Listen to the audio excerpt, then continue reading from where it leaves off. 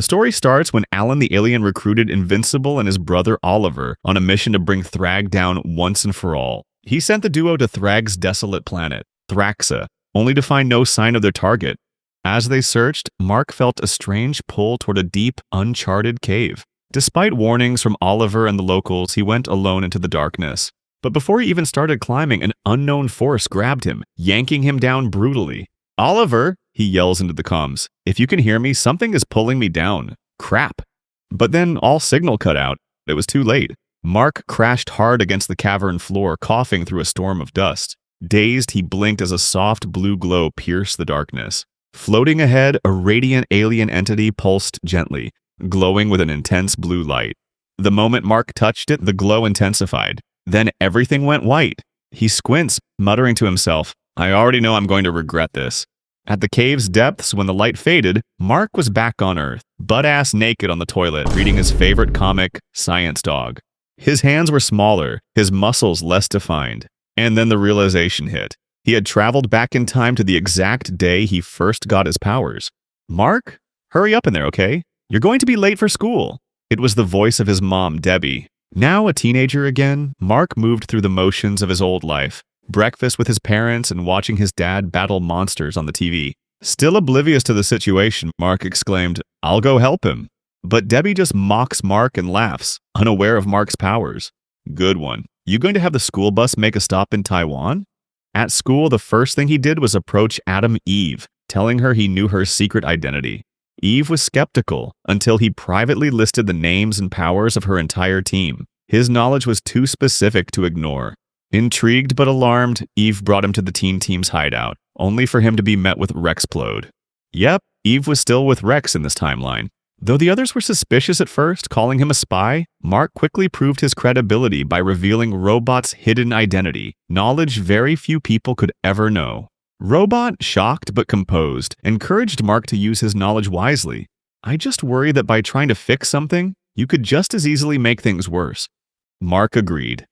Back at home, Mark stayed silent. He chose not to tell his parents about his powers, not yet. But the weight of the secret pressed down on him like gravity.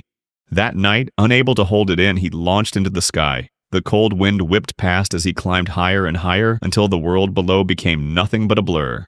Mark hoped all of this was just some kind of dream. "I'm ready for this to be over now," he screamed into the clouds, voice cracking and begging for whoever is doing this to him to turn it off and let him go. He was answered only by silence. That night, Mark couldn't sleep. He tried to convince himself this was for the best, that going back in time meant saving more lives. But deep down, he knew the truth. He wasn't okay. He was barely holding it together. With no other choice, Mark began doing what he did best, intercepting crimes and stopping villains, hoping that would numb the sadness. However, during a confrontation with the Flaxons, Mark sensed a shadow looming over him. It was Omni-Man. "Mark?" Nolan was flabbergasted that his son had gotten his powers already. "We'll talk about this at home." Back at home, Omni-Man didn't hesitate to question Mark, asking why he would keep his powers a secret from his own father. But Mark was barely even listening. He saw his opportunity. He asked to talk outside before giving Nolan a simple but heavy question. "Do you love me and Mom?" Caught off guard, Omni-Man admitted he did.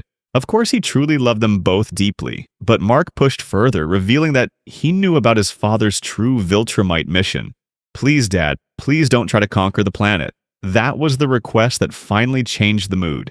Mark pleaded with him, told him about the future, how he betrayed the Empire, how he eventually chose Earth over conquest. But Omni-Man didn't even bother asking questions. His only answer was landing a brutal punch to Mark's face, cracking his goggles. Omni-Man declared his undying loyalty to the Viltrum Empire, punching Mark again and again. "I am no traitor," Nolan screams. But Mark didn't fight back. He kept talking, trying to reach the man behind the mission. Yet it wasn't enough. Invincible makes a final plea for his father to stop fighting and reason with him, but after eating several more punishing blows, he realizes that Omni-Man is no longer willing to listen.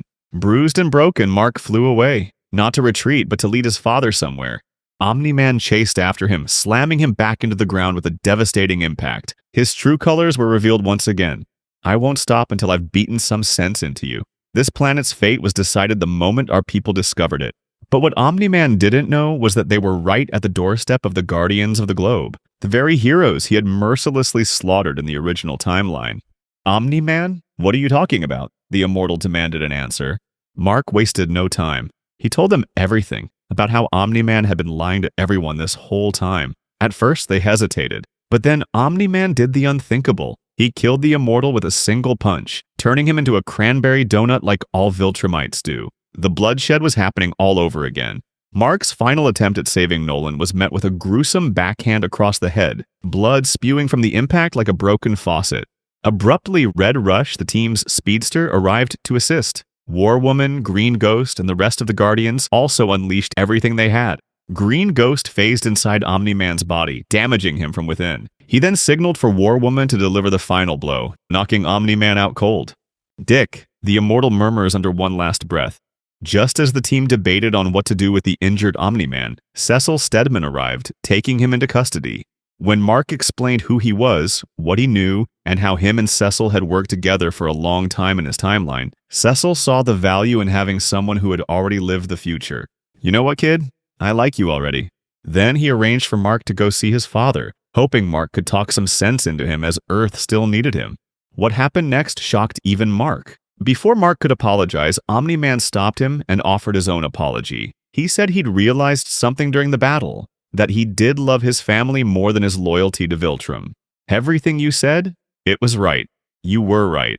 Omni-Man explains that if it weren't for Mark, he would have no doubt did despicable things, going as far as killing the Guardians of the Globe, Omni-Man's own friends. For the first time, father and son found themselves on the same side.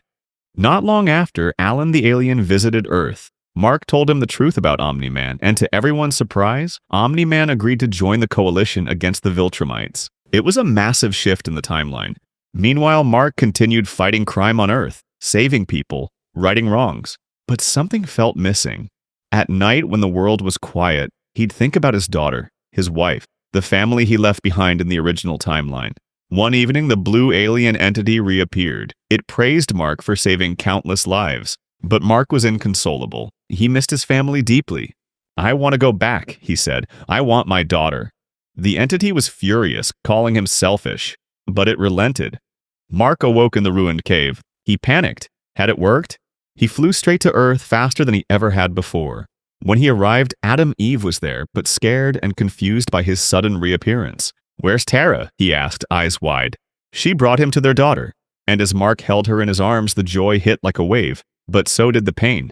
It turns out that what felt like weeks for alternate timeline Mark was actually 5 years in the real world.